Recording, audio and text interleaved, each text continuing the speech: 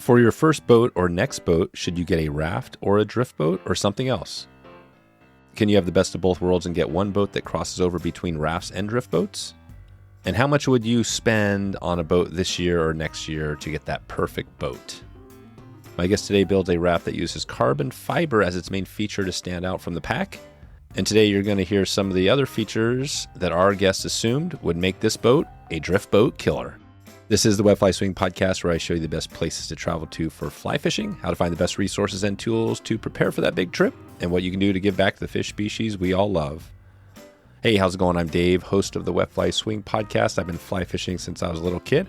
I grew up around a little fly shop and have created one of the largest fly fishing podcasts in this country. I've also interviewed more of the greatest fly anglers than just about anyone out there.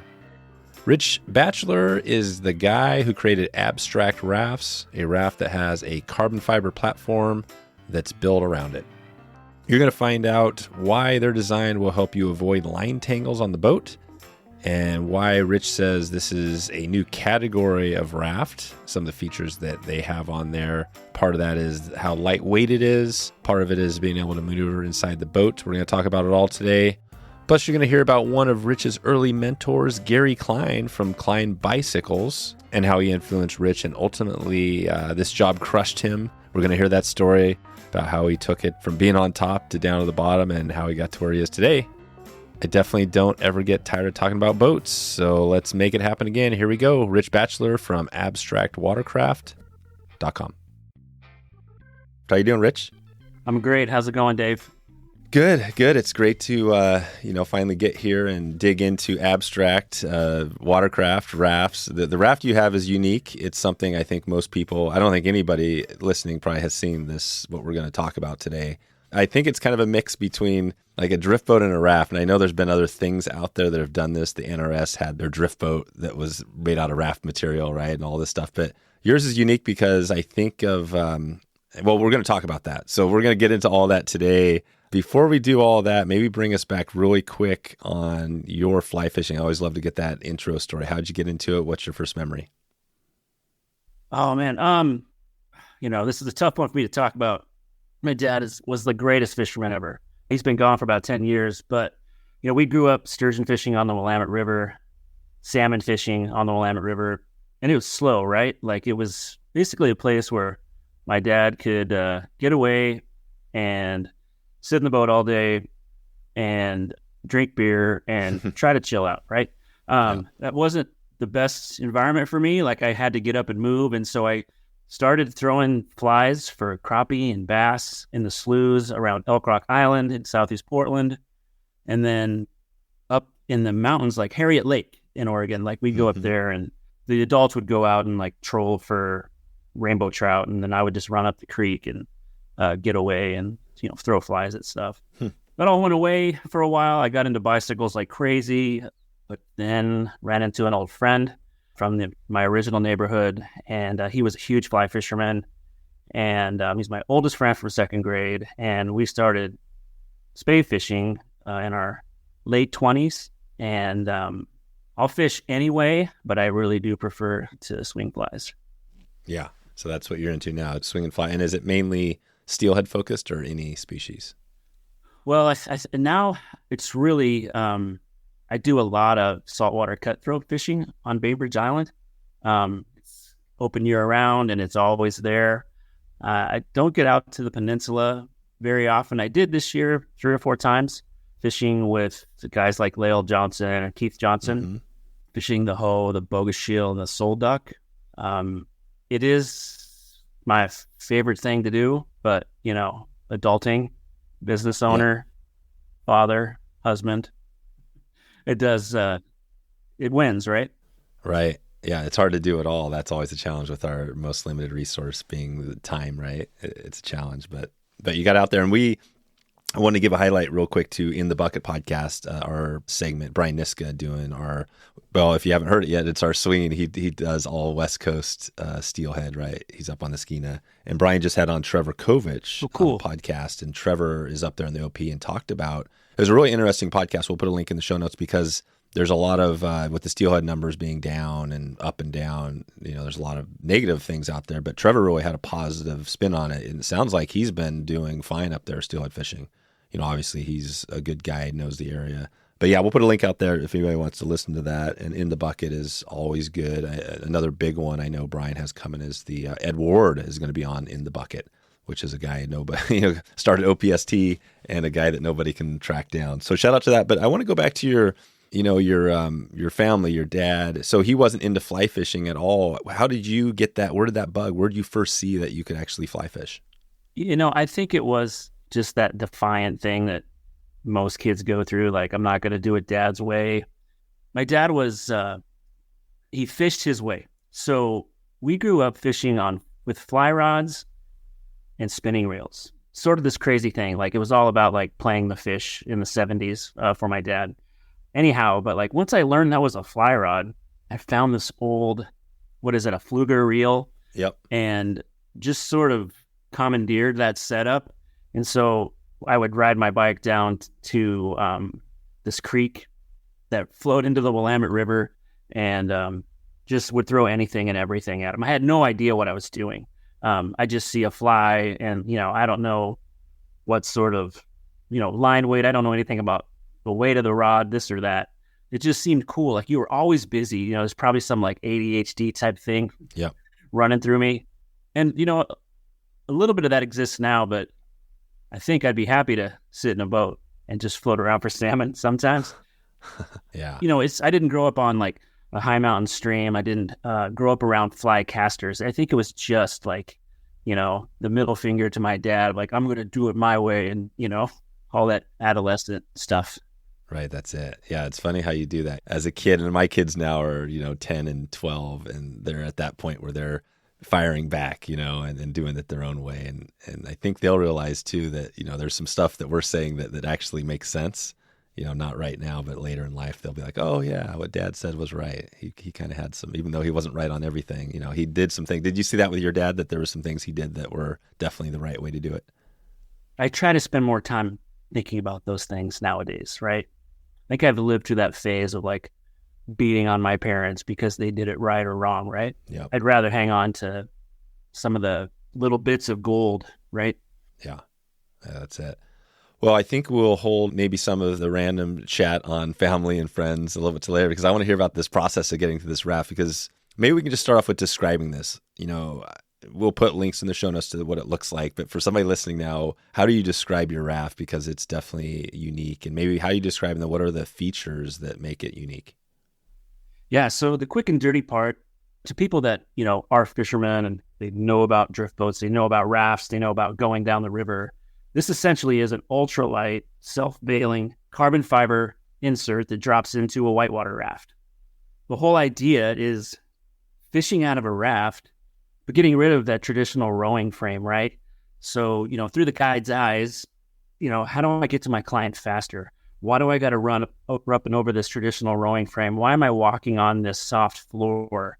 How do I spend more time with my clients fishing and not running through this obstacle course, untangling their line around, 2-inch diameter aluminum tubing that's, lashed down with U-bolts and all sorts of little rattlesnakes.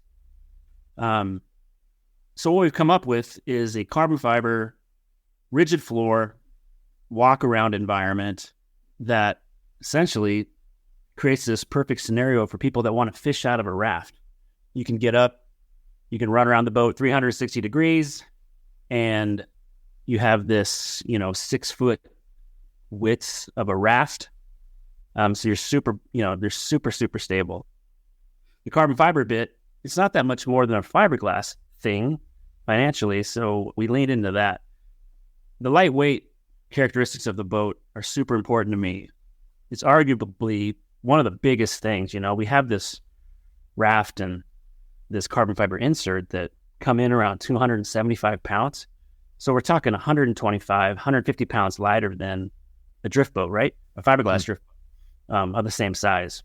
But that lightweight bit really showed up while we're on a river and a tree was down across the entire river, and we were able to pull to the side and dismantle the boat into 4 parts, 2 parts being the outfitter boxes, second part being the 63-pound insert. And then, the SOTAR raft that we spec is 109 pounds. And it's all just tied down to the D-rings. So we're just unbuttoning straps, walking things around the obstacle, putting it back together. And, everybody's safe, everybody's secure, everybody's back into their trip. Yep. And it's called the Model 1, right? Model 1? Yeah, it's the Model 1. I mean, there's no secret. Like, we're just trying to show the world what this thing's all about. This next round that's coming out, we may spend some more time on that sort of creativity. But, this first boat out of the gate is the Model 1.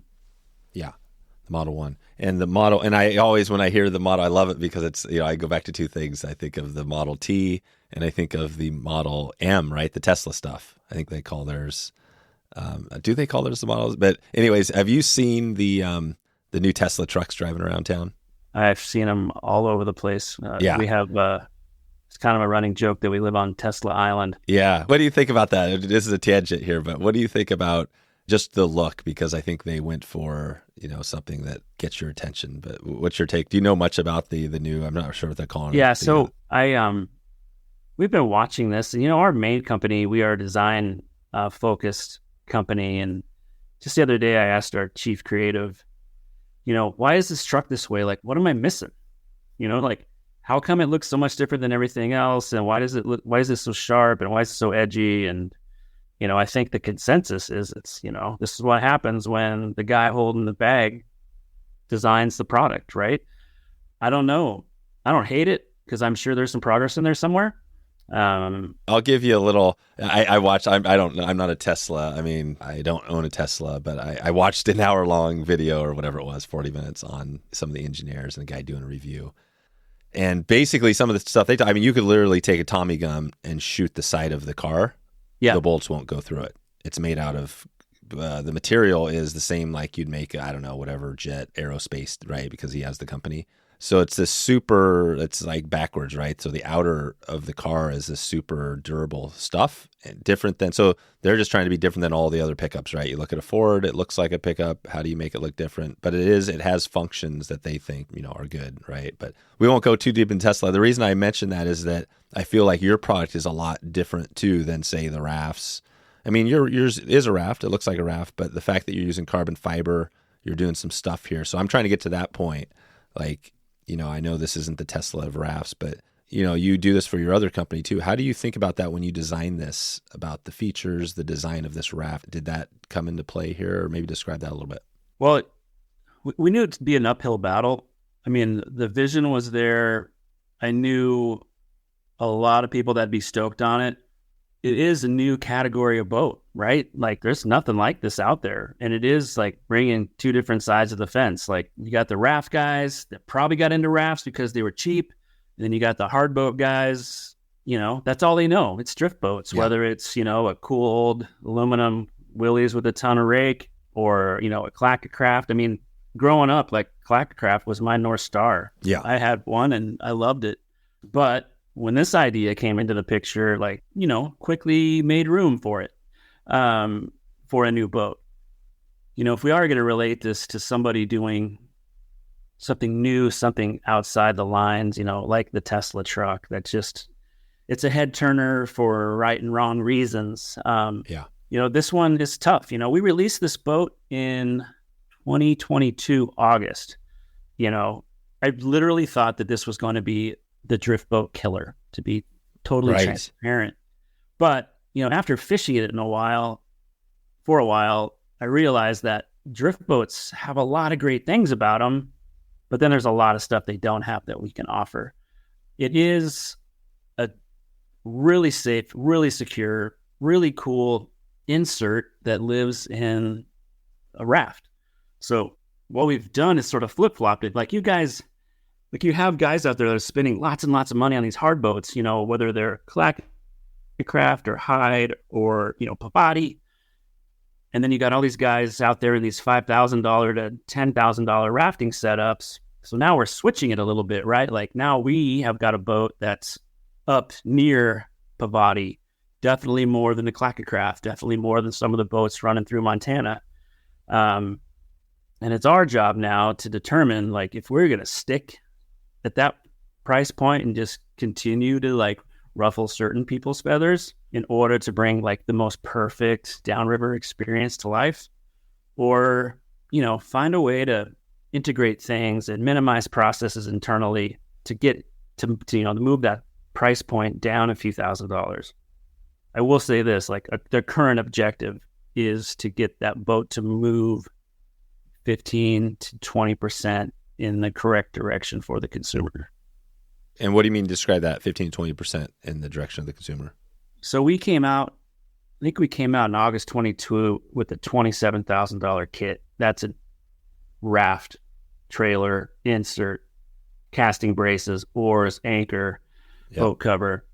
You know, we're essentially looking at two boats, right? We have an ultralight carbon fiber self-bailing drift boat that slips into another boat, a SOTAR Raft, which, you know, retail for $8,000, and they're insanely premium rafts. But now, if we're going to move boats or bring more boats to the United States, like, we have to find a way to convince people that there's value in that number, or maybe we meet them in the middle a little bit. So we turn this $27,000 boat into a $24,000 to $25,000 boat. Waters West Fly Fishing Outfitters is your go-to resource for swung fly techniques, two-handed casting, and anadromous fish. Find out why Waters West has built a cult-like following around their fly tying materials and why they are the go-to resource for the OP and beyond. You can head over to wetflyswing.com/waterswest right now to check in with Ed and Kyle and get all geared up to get on the water. Trout Routes is the most comprehensive mapping app for trout anglers. With over 50,000 trout streams, 350,000 access points, public land maps, and more, Trout Routes is the #1 resource for navigating, researching, and exploring trout streams. You can download Trout Routes for free in the App Store today. Just search for Trout Routes on your phone and take your exploration to the next level. That's Trout Routes, TROUTROUTES. Yeah, I mean, SOTARs are, great boats for sure, and costs on everything have gone up, you know, whether that's a camper or truck or boat, right? They're all more expensive. Basically, the feature that is the unique thing is the insert, right? I mean, that's the big thing. Could you take that and sell that for other people who have boats? I mean, obviously, that'd take more work in customizing this, but, you know, if you've got a NRS, whatever, Puma, you know, here's an insert for it, right? And then you charge for that. Is that something you guys thought about? Definitely, it's been a part of the conversation. We're really stoked on the SOTAR just because Jeremiah and his crew down in Southern Oregon are so responsive. Like, trust me, like, we reached out to other raft partners before I was introduced to Jeremiah, and I just couldn't get anybody to move. So I think there's no reason to use any other inflatable than Jeremiah's product. It is just, it's good. It's kind of the greatest thing. And what is that? Is that because what I know about SOTARs, I've never owned one, but they're super rigid, almost like hard, like compared to some other rafts, right? Is that what they have? Do they have a different technology there? Well, I think that it is a rigid boat. It's a well thought out boat. For me, it's just more of a service issue, right? Like, when I call, I get called back. When I place an order, I have instant communication, and I know when the boats are coming in. If I want to change art on the raft, I can change art on the raft. It's just super easy, you know. And I'm not going to pretend that I personally am a guy that's spent, you know, years and years and years on the oars. I've been in probably 3 different rafts, for 3 different branded rafts. But I do like this one. And then, you know, I've got a pretty extensive network of guide friends, outfitter friends, and they all agree that the SOTAR product's just a really, really well-made product. And it's super lightweight. It falls in line with everything we're trying to do. Yeah. I was going to highlight another episode we did that I think will shed some light on this had Adam Hudson on, and we talked about, this is episode 601, the drift boat versus the raft, right? We had a conversation about that. Which one, you know, what are the features? And because I'm a big drift boat, I've had a drift boat pretty much all my life. I've also owned rafts and been in lots of rafts and been upside down in rafts and done everything, right? So I know the benefits of both of them, and it's interesting, right? So there are benefits of both.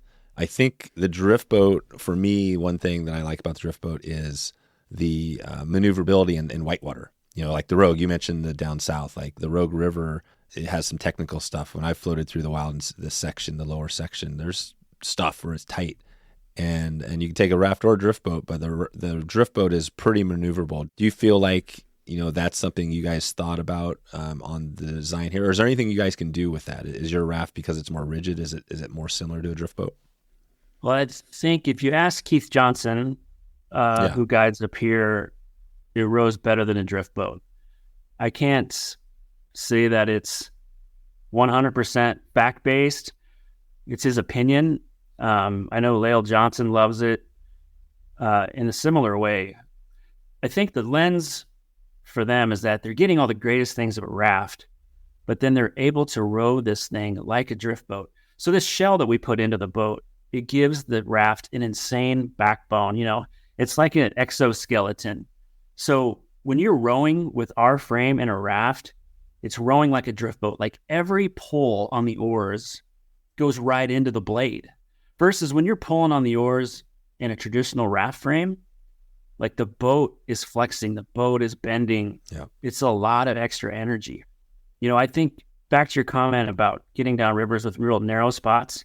Yeah, I think it's cool if you can get through, you know, a pinch point because your boat's 54 inches at the water versus ours is, you know, 72 inches at the water.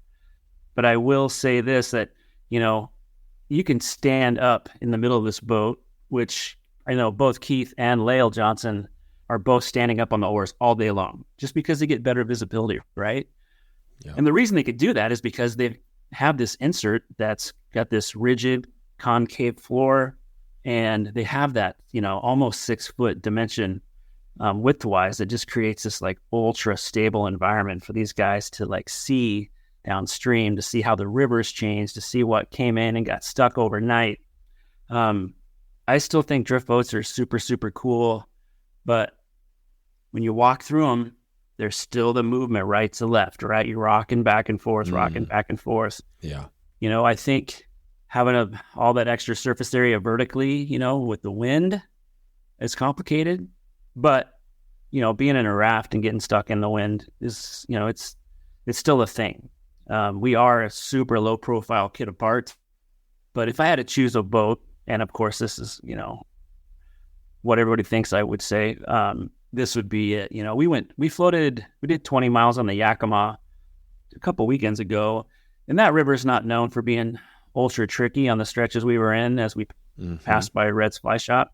But it's just such a breath of fresh air because you're so safe. Like you're just fishing, you know, you're putting your friends, you know, on the foam line, fishing river left, fishing river right. The thing crab walks just like a drift boat that you'd hop in Montana. Yeah, it's really insane experience. Is the crab walk, is that the oar technique? What is the crab walk? Yeah. Yeah, that's where you tuck one oar in really tight and then the other one's out there and you're kind of crabbing, moving across. Yeah, you know, part of me, we played around a little bit with the floor height. So, you know, all these rafts from SOTAR have these inflatable floors, right? It's the 5th chamber in the system. And first boat, we went with SOTAR's typical spec as far as like where they tie the floor into the perimeter inflatable vertically. And so the more recent boats, we've tied the floors up higher. The theory is the reason Keith Johnson thinks this thing rows as good or better than a drift boat is because it kind of acts like a catamaran, right? Like the outside tubes are down in the water 4 inches, tracking straight. And then that center floor is just kind of hovering on top of the surface. Right. Yeah, it's not in the water dragging, basically. That's a big thing. I've been in rafts that, you know, on rivers and the wind blowing and you're just like a tank. You're like a sail, you know. Sometimes, you know, Deschutes, for example, you know, I've been in times where the wind's blowing so hard, you're getting blown upstream. You know? Yeah. And that's always an issue, right, with definitely rafts. But it sounds like you've kind of got that figured out here with this one. The whitewater is another big factor. I think that the rafts, I mentioned the Rogue, but there's places where you wouldn't take a drift boat. Although, I always go to the Grand Canyon. We've had some episodes on that where people are taking drift boats down through the Grand Canyon, right? This crazy stuff and all the dories. But for the most part, rafts win that one, right? Do you find, has this been down through some whitewater? Do you find that that's a feature people are really loving, that where they wouldn't take a drift boat, they could take this, get the same features like a drift boat, but have it a raft where you can go through big whitewater?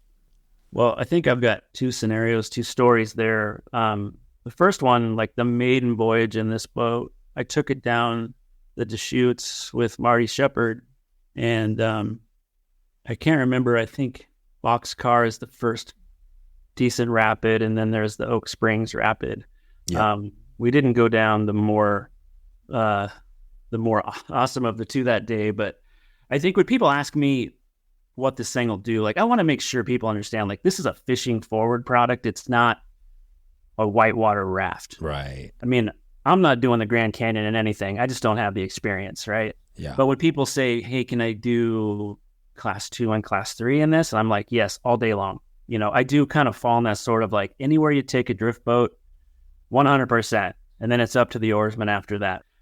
I had the second story I have. I know the Shepherds went down and did the Grand Canyon a few years back. And all of the raft owners on that trip were running really hard, really overinflated, really tight rafts. And Marty runs his boat soft because he thinks that rigid boats flip or soft boats may grab onto the river better. He'd have to tell you the story. But I think with a few more years of research that we'll find that the Abstract product is kind of a similar thing again, where we have this rigid top to allow the people that are into that rigid system. And then we have that inflatable underneath that you can kind of run as soft as you want, and to capture that kind of idea, that lens that Marty has. I hope that makes sense, Dave.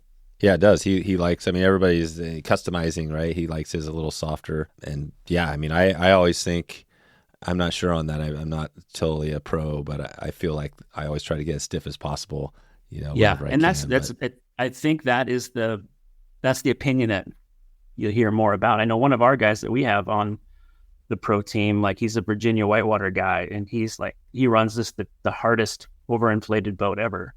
It looks cool. It's it tracks real nice, but I have to get in. I kind of got to get into Shepherd's camp where, like it's going to flip easier. Yeah, it's going to flip you. That's interesting. And I've been through, I've been to all sorts of rafts, and like I said, I flipped. I've been in, down the river and been going fine 1 second, and the next second I'm upside down, and yard sail, there's all your gear floating down behind you.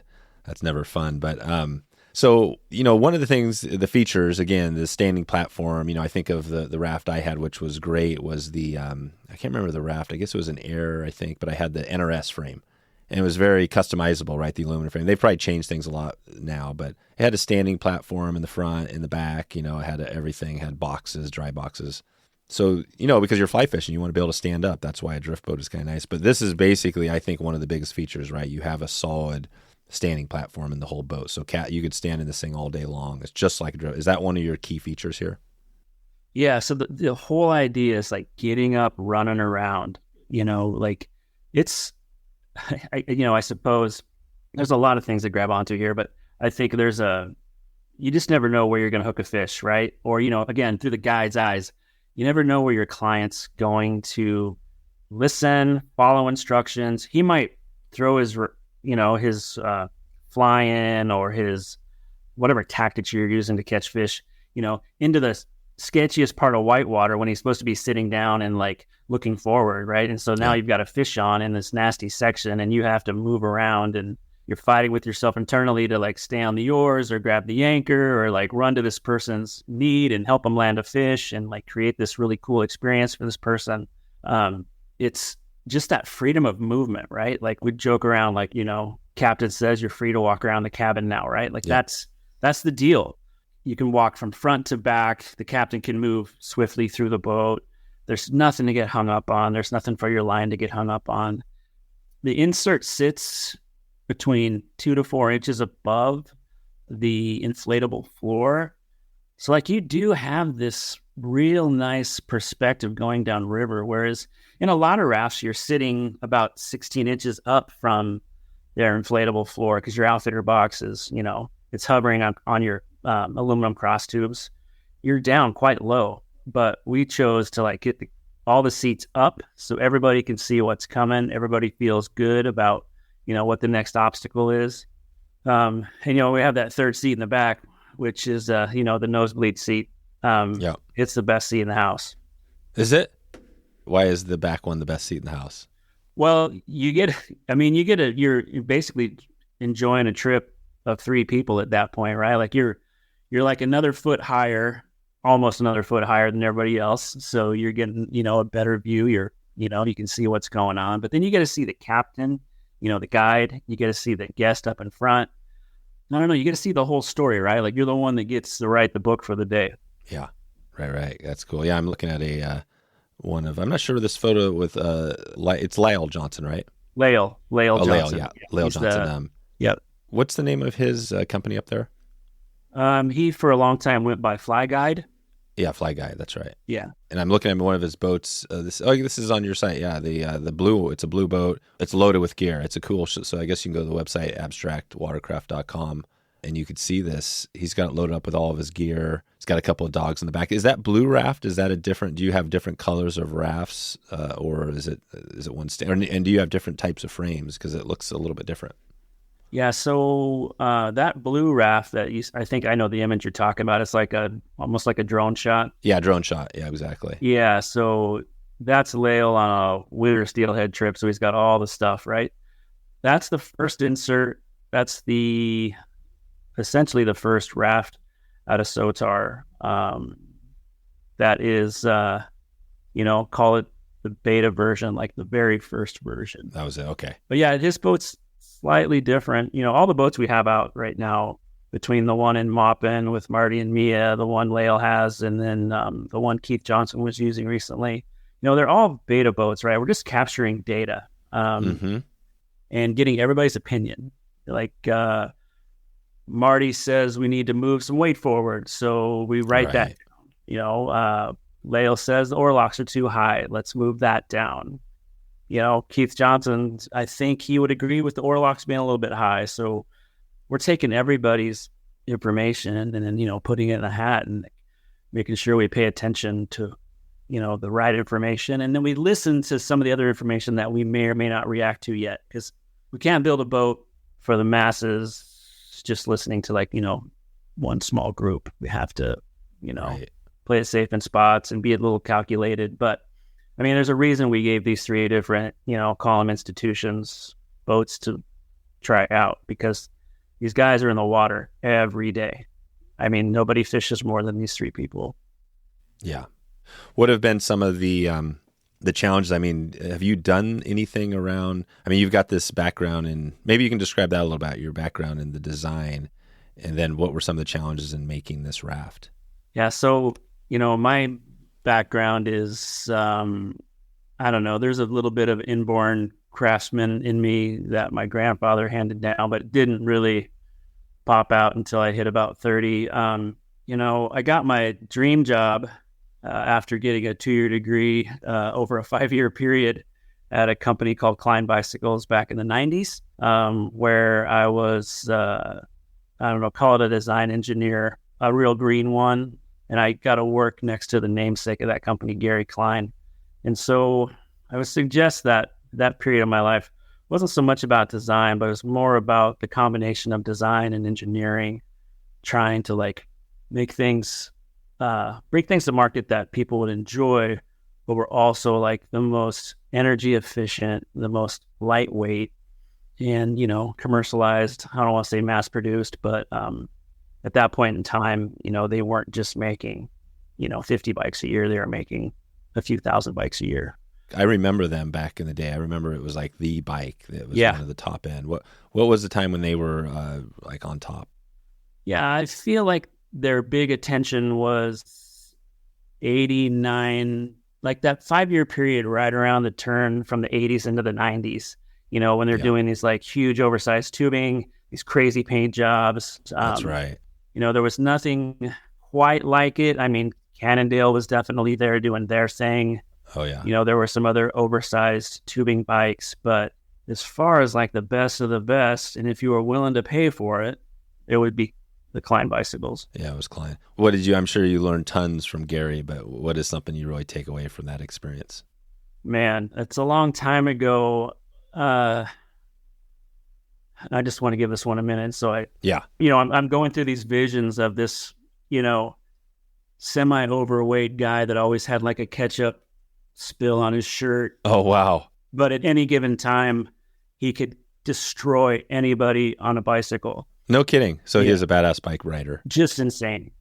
Like we would ride in Capitol Forest in Olympia, and he would just look like this guy that was, and no disrespect, because he's really a wonderful human being. Yeah. He would just show up in this, black 80s, 90s kind of unitard bike outfit, and he would literally have a quarter pounder in his hand. No way. And rubber barn boots.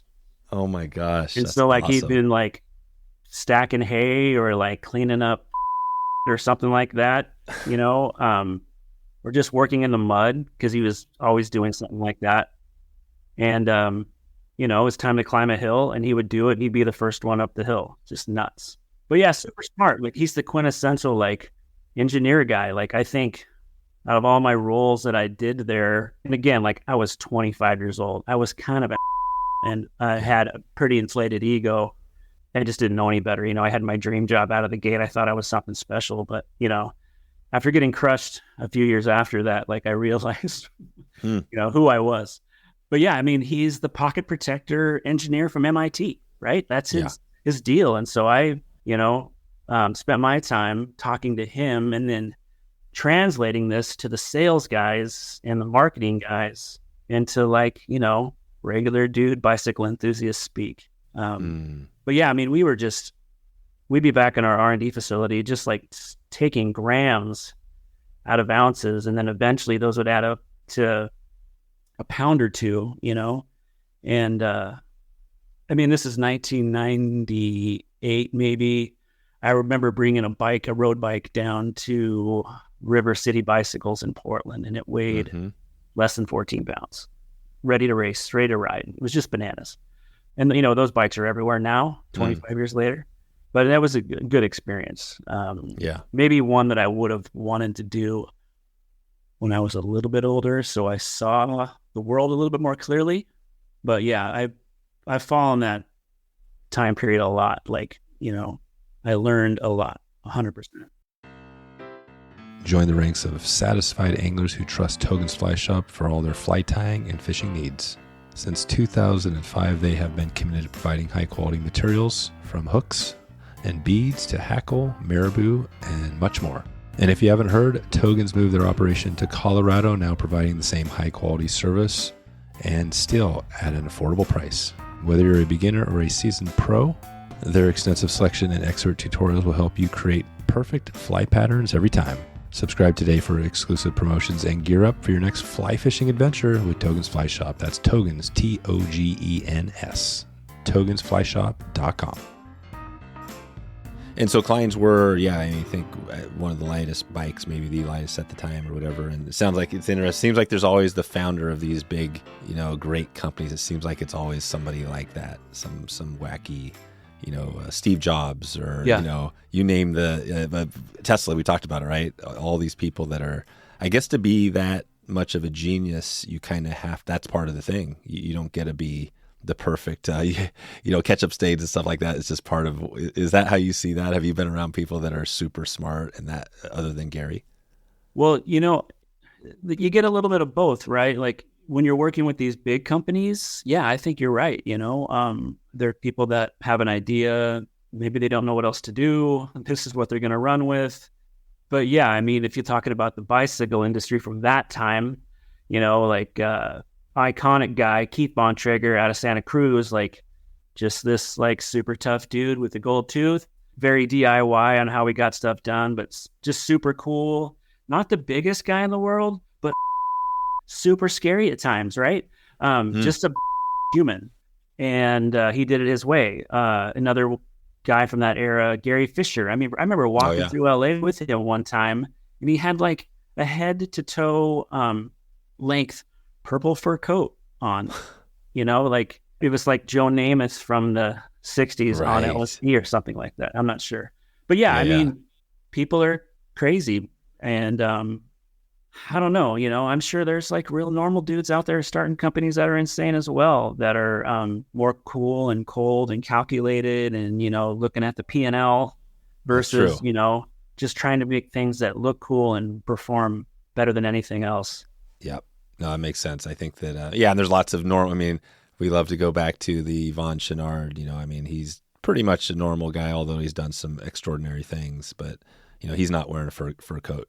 Definitely. Yeah, no, like I think that type of character is, what young people are looking, that's their North Star now, right? Like instead of like the rock star, it is people in this arena. Do you think that's changed now with the younger kids? Do you think the some of that flashy stuff, it's not, they're looking towards other people, not quite as flashy? I think it's tough. I don't know anything but than anybody else, but I do know we're in this attention era, right? Right. And I think so much of it's just garbage, and I wish people would just like focus on themselves and, don't pretend to be anybody you're not. I think people that love the outdoors and are 25 on up, I think there is that Yvon Chouinard bit still.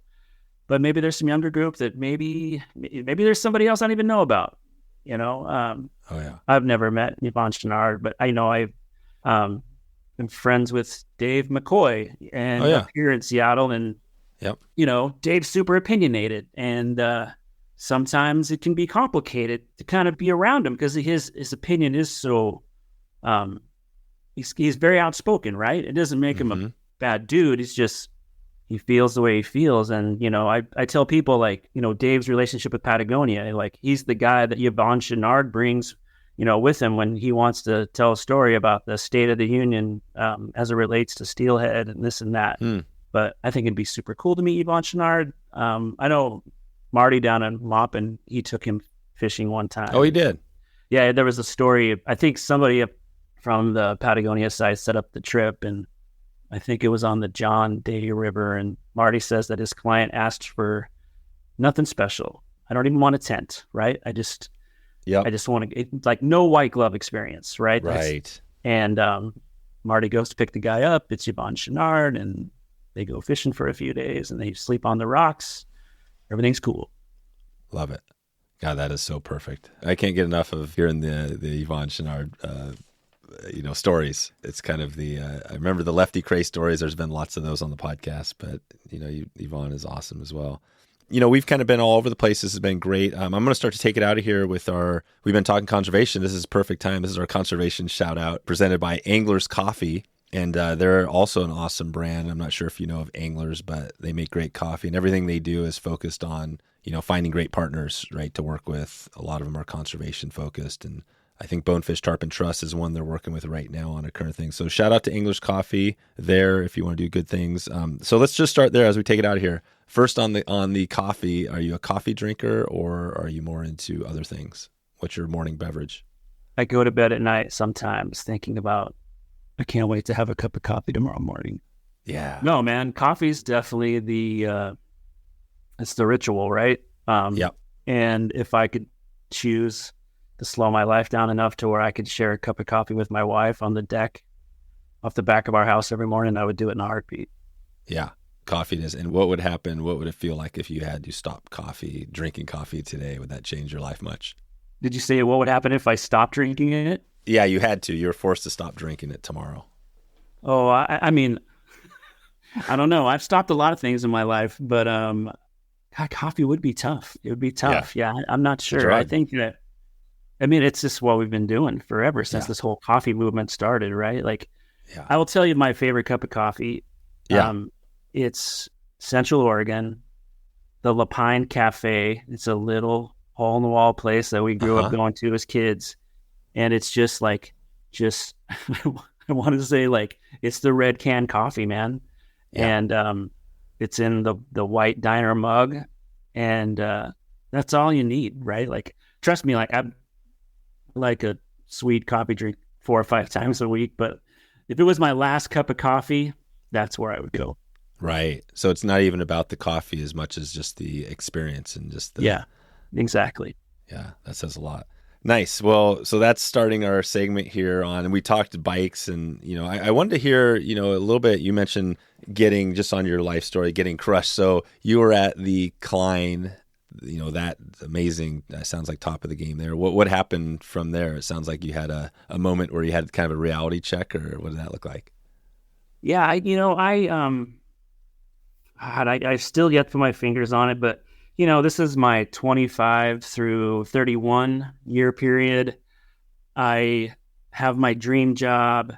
I'm working alongside some really smart people. I'm also learning for the first time that there's a lot of marketing that's put into the sporting good industry, right? And it was tough. And we're also at the same time, we're purchased by Trek Bicycles, right? And so Wow. they're the big, right or wrong. It's the big evil mothers, right? Yeah, he sold to the big company. Yeah. And because he had to, because when you're talking about these types of people that own certain companies and the character that lives inside of them, and, Gary being the broken black frame glasses, pocket protector engineer type from MIT, like, just because he has this insane idea about bicycles doesn't make him the best businessman, right? I mean, I struggle with the same thing. I make anything for a living. Like, that's what I do. And I just happen to make boats now too. But it doesn't make me the best businessman, Yeah. But yeah, Trek came in and purchased them, bailed them out. Same time, Trek bought Keith Bontrager's company. They bought Gary Fisher's company.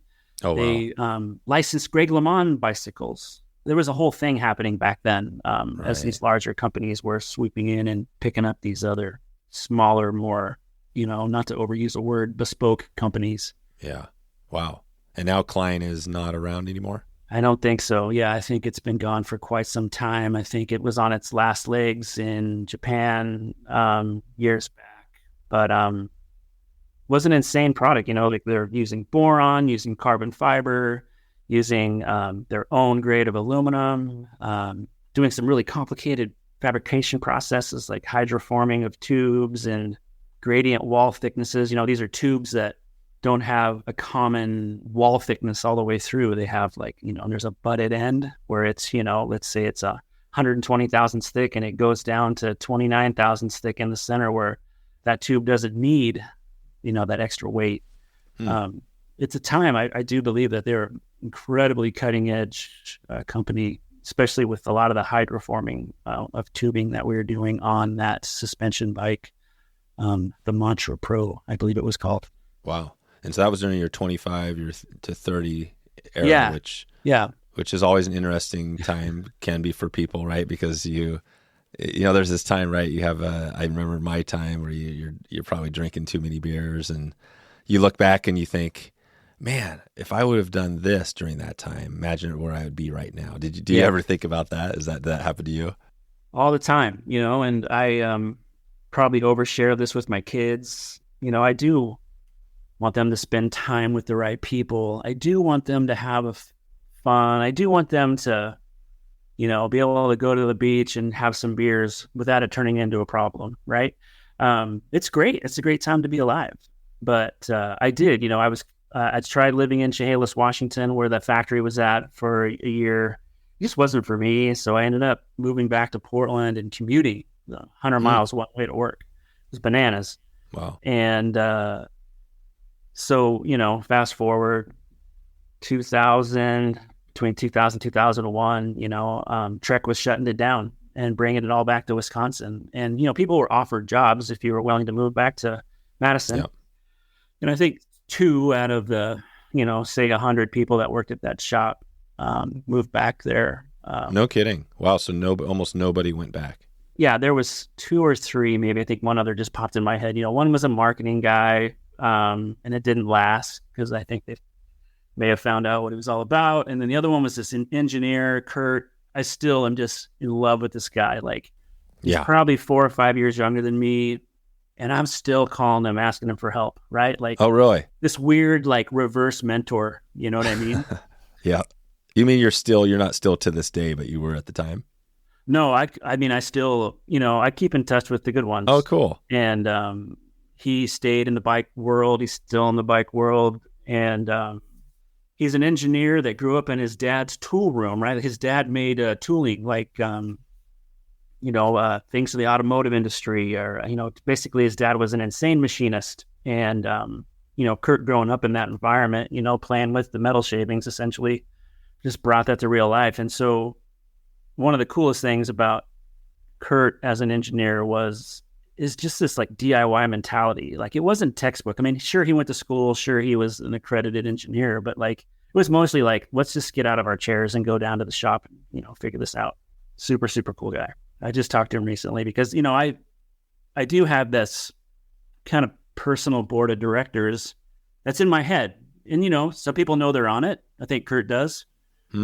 Yeah. And then there's some others that don't know they're on it. I just think of if I'm having complications with, or an idea that I need to run by somebody, I'll ask myself, like, how will this guy handle that? Or how will that person handle it? And try to fine tune it and move forward. Yeah. That's a good way. Yeah, you should have a board of directors, either real or like you're talking about. That's awesome. So this is good. I mean, there's so many things we could talk about here. I think we'll probably leave some of this for another conversation. You mentioned Wisconsin. It's interesting because, although nobody moved back during that transition you talked about, Wisconsin is actually, we're heading there for 2 trips in our school, for muskie and to the driftless. And so it is a pretty awesome place, at least with fly fishing, to go. But yeah, maybe I'll just ask you, one more kind of back to the boat. So as people are taking it out of here and they're thinking about this, they want to learn more. What would you leave somebody with? We describe a little about the boat. What's the take home if somebody's hearing now and they're like, man, it's obviously an expensive boat, but maybe talk about that. What do you want to leave them with? And then who is this really for? Who's that, that person you want to get it out to? Yeah. So I want to be respectful because, there is, I don't know what money means to anybody out there, right? I am highly devoted to bringing the price point down on this next round of boats, because this really is the greatest downriver fishing experience a person can ask for, right? This isn't the Montana Robert Redford, wooden drift boat experience, and it's not the dirtbag climber rafting experience. It's something that brings all of that together and creates this super stable, super safe, super secure way to get downstream. You know what I mean? Whether you're just a guy that loves rafts, or if you're a guide that is looking to keep your clients from, you want to keep your clients fishing instead of asking for help untangling the other line.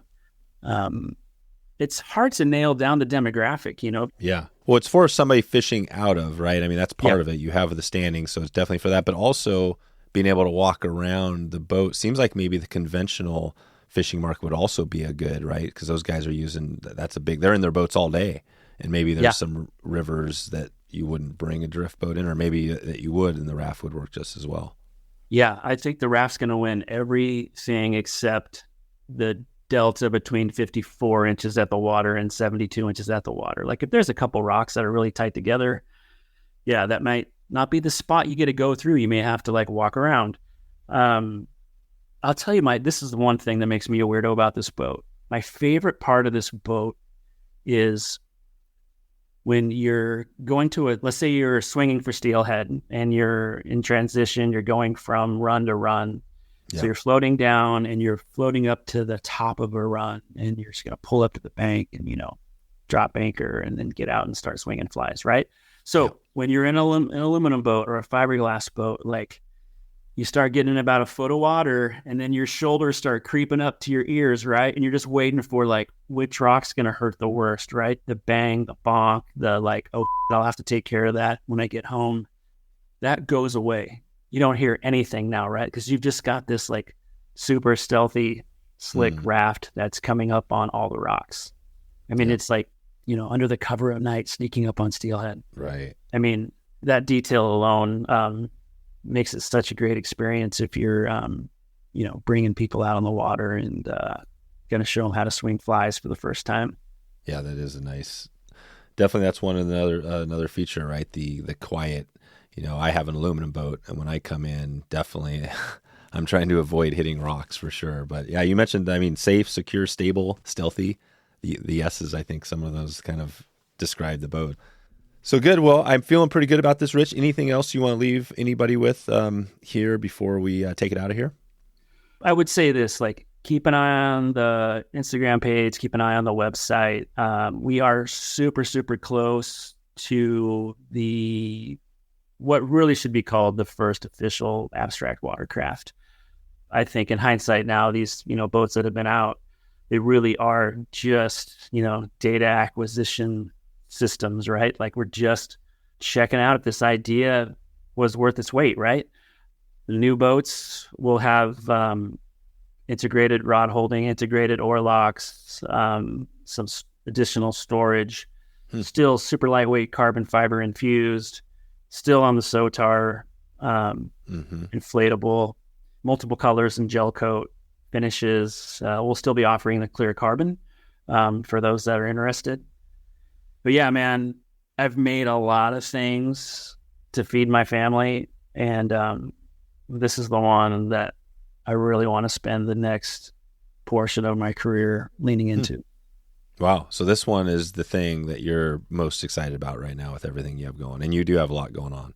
Yeah. We have a tremendous amount going on in our parent company.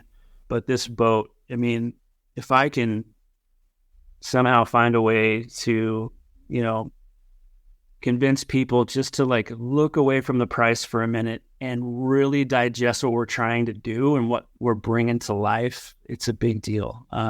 It is literally the greatest.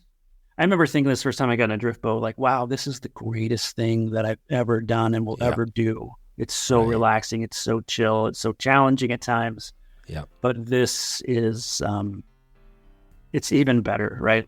Yeah, that makes total sense. I think we've covered today. I think what we'll do is just follow, the journey, and we'll keep everybody informed. They can head out to abstractwatercraft.com if they have questions. And yeah, Rich, this has been fun. I appreciate you shedding some light on your journey to where you are now. And I think you got a lot of road left, right, before you're going to be selling the business, it sounds like. So this is exciting, but thanks for all your time today. All right. Thanks, Dave. I appreciate it. There it is.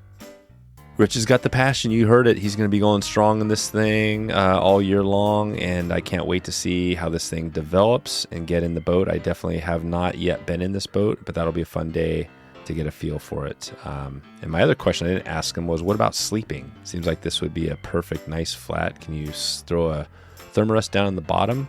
Sleep on a boat. If you haven't slept on a boat lately, that's something you should check out. It's definitely good. Okay, one shout out to the shop. We are getting closer and closer to launching this. We're doing a public launch, so if you're listening right now to the very end, we are doing a public launch. You can go right now. Actually, the best thing would be is just to send me an email, dave@wetflyswing.com, and I'll let you know where we are at with this. If you want to get involved, this is basically a group membership, a paid membership where you can connect with other listeners of the podcast, and we're calling this the shop because this is where we're going to go hang out down at the shop. And one feature that was brought up to me recently, which is an awesome one, is if you're planning a trip and maybe you want to get a guide, but you're trying to find somebody else to help maybe split the costs of the guide, this is a good place to do it. And it's really easy to search if you get in here. And we've got an amazing offer right now if you want to get started at 50% off for life. So if you want to take your trips to the next level and build on the community, this is our big thing. We're going to be doubling down on this all year long and move it ahead in the future. Hope to see you at the shop. All right, off to the next one. We got another good one. We've got a muskie, some more muskie coming up here, so stay tuned for that in the future as we build up towards closer and closer to our muskie fool trip this year. And it's our Wisconsin. We're going to call this, this is our Wisconsin travel program essentially, but with the shop, we're going to call this what are we going to call this? Wisconsin. It's not Visit Wisconsin, although it could be. Yeah, I had an idea. Don't you hate that when that happens? You have an idea that's great and you remember it from maybe the night before, whatever, and then you can't remember the idea. Maybe it wasn't that good. But we got some good stuff going, and I hope you stick around for that next episode. Thanks again for checking out the show today. Hope you have a great afternoon, a great morning, or great evening, wherever you are in the world. Look forward to talking to you soon. See ya.